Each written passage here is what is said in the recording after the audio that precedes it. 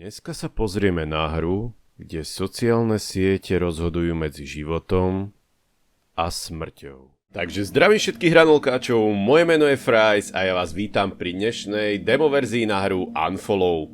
Mal som v pláne natočiť inú hru, ale dostalo sa mi na oči a do uší, že vraj toto by mala byť potenciálne dobrá hororovečka a takúto príležitosť si nemôžem nechať ujsť. Bez ďalších rečí, poďme na to.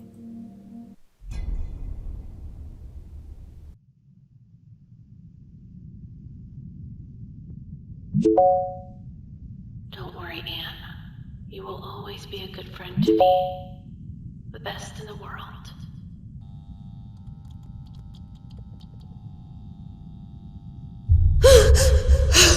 Oh, my dear Anne. You're not happy. You're not perfect. But don't worry. I will fix everything soon. You'll see. You'll be perfect. Shh. Shh. Dear, you don't have to speak. Everything will be all right.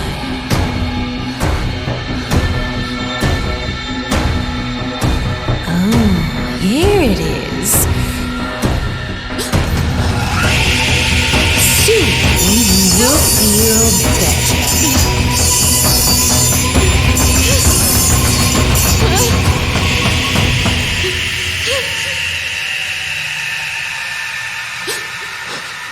Wait for me here, Anne. I'll be back soon.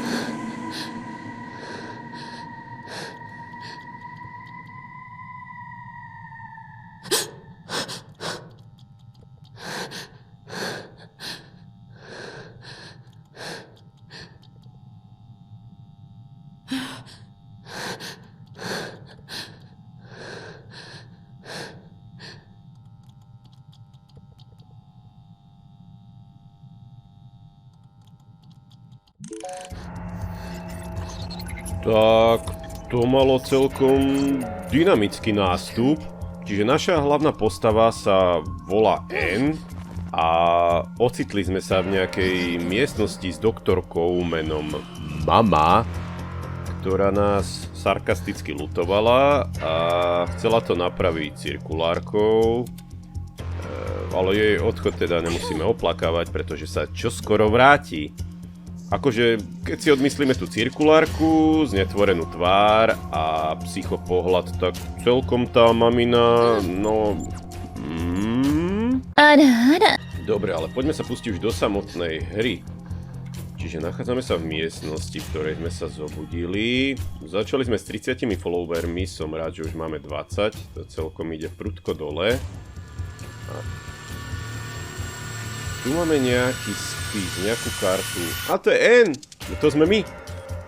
Aha! Čiže toto je nejaká karta diagnózy, ktorou trpíme. A teraz k nám hovorí nejaký doktor Darwin. To vôbec nevieme, že kto je. Ok, ideme ďalej. F-kom sa zapína baterka. Čo je ten obraz taký rozmazaný? Tu máme ďalšiu kartu, ďalšej osoby. Nič, to je nič.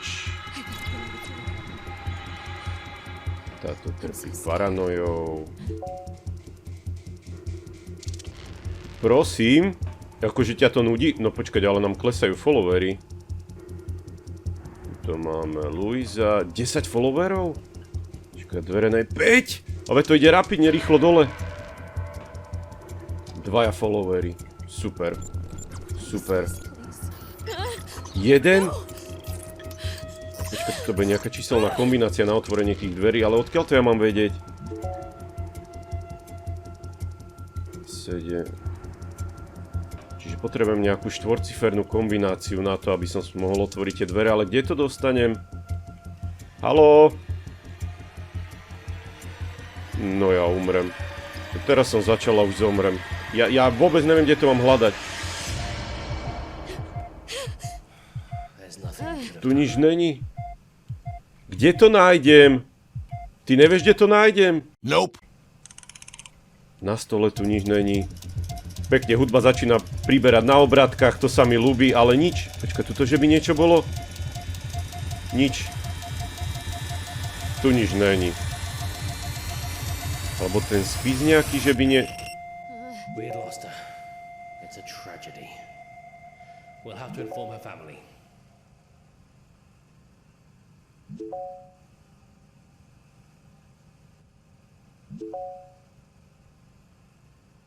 Aha!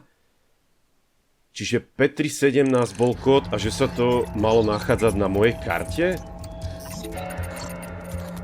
That hurt. Jaj, tu je to! A to som mal ja odkiaľ vedieť, že toto bude ten kód k tým dverám. Tak počkať. 5, 3, 17. A nič. A nič. Ja ti dám, že ti ušiel prsty špína.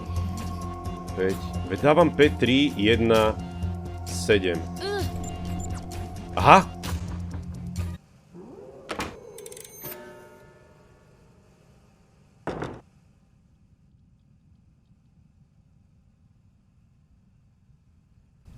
Čiže shiftom sa beží rýchlejšie, fajn. No ale na toto, keby som nemal toho pomocníka, tak asi neprídem. Tu sú nejaké manekíny. Zaujímavé, že v týchto hororových hrách začali dávať takéto manekíny furt. Ako, pamätám si na Resident Evil Village, kde tiež bola tá hnusná časť, kde si sa nachádzal v tom dome a tam potom sa začali neskôršie hýbať tie postavy, to bolo dosť nepríjemné. Čiže predpokladám, že aj tieto postavy sa tvária ako že nič, že ja som tu len tak a zrazu, že BUM! Dobre. Trošku je to celé také zamotané, pretože... a ty na čo čakáš, že kto príde zozadu? Oh yes, Daddy. Pretože ako sme tam ležali na tom lôžku, čo sme boli, tak najprv sme na tele nemali nič a neskôršie sme ho mali pokryté tými nápismi, kde bolo, že monštrum a samé prasce mala pokreslené a prasa a tak ďalej a tak ďalej. Čiže ja predpokladám, že toto ani nie je že realita, ale my sa nachádzame buď v nejakom sne, alebo že sme uspatí, lebo v pozadí sme počuli toho doktora Darwin sa tuším volal. Čo máme toto? Čau Leo, tešilo ma.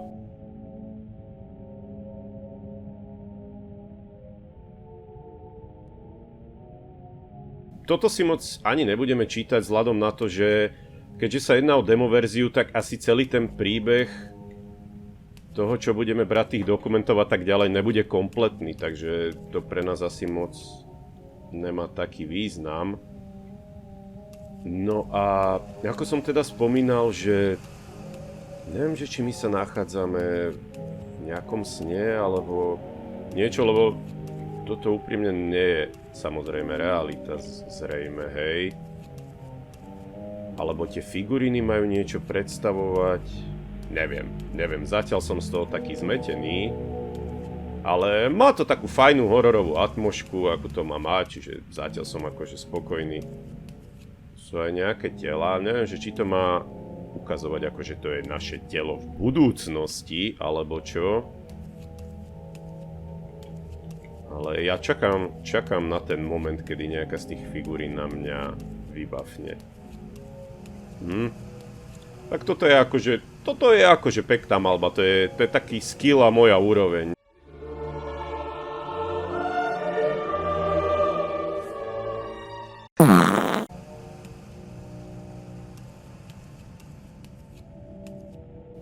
Fajn, ideme ďalej. Zatiaľ nič. Tieto dvere. Konečne nejaké dvere. Zdravím, ale ruku vám nepodám.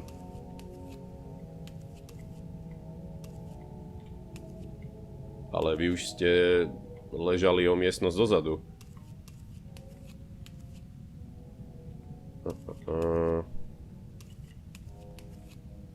Nič.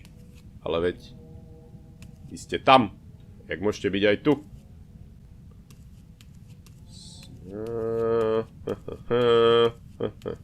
Celkom som trošku nervózny, že kedy príde niečo, čo Nie. Nie, niečo je za nami.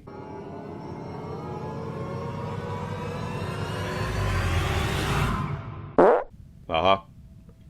Aha, no tak... Tu bolo trošku sklamanie, ale nevadí, polepší sa. Čakaj, tento stolík tu nebol predtým, či? Nejaký kľúčik? Aha, okej. Bereme. A tu je 28 followerov, čo by sme chceli. Po tom, čo sme zomreli a vstúpili sme do tejto miestnosti s tými figurínami, tak sme mali 20 a 8 sme si prilepšili, takže ja si myslím, že len dobre.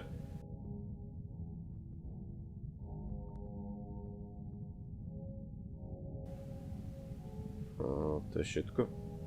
Počkať, on sa pohol. Mi nehovor, že on sa nepohol. Ja chcem ísť preč. Ne. Nedá sa ísť preč. Nedá. Počkať, pomaly. Dobre. To nič, to ma nevystrašilo. Umri. Čiže on nejak rýchlo chodí. Počkaj! Ja sa nemôžem pohnúť, ja som tu seknutý.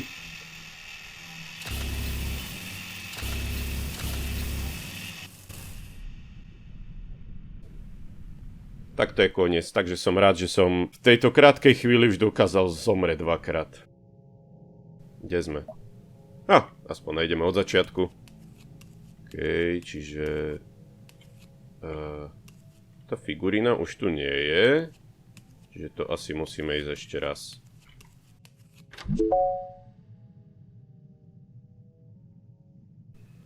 No dobré. Čiže toto sú asi vyznačené tie body, na ktoré by som mu mal ja mieriť. Počkaj, zober ten kľúč. Dobre. Tentokrát to už dáme. A on už tu nie je. Prečo tu teraz nie je? A už idú v pohode otvoriť dvere.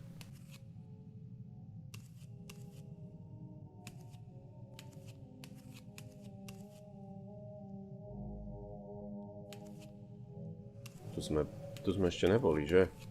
Tu sme ešte neboli, dobre. Takže páči sa mi to.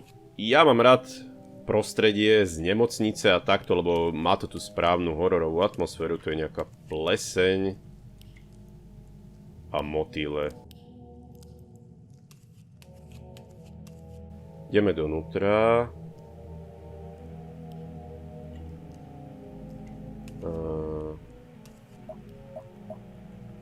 Tu je nič. Tu je nič. Takže ideme von. Jak followery 7? Veď som mal teraz 28. Jaj. Čiže ono, keď zomrem vlastne, tak... Čo je toto? Aha. Tu sa môžem schovať. Ale ja nehrám Outlast. Ja aj tú baterku musím používať. Čo to je? Strelo na skrčenie. Nie. Nie. Nie, to je... Kto je to? To je pani šéfová. Počkaj, prečo ide ku mne? Čo? Čo je to? Čo je to? Ale jak ma mohla vidieť, veď som tam bol skrčený. Ale na ňu ani neplatí to svetlo, kam mám ísť?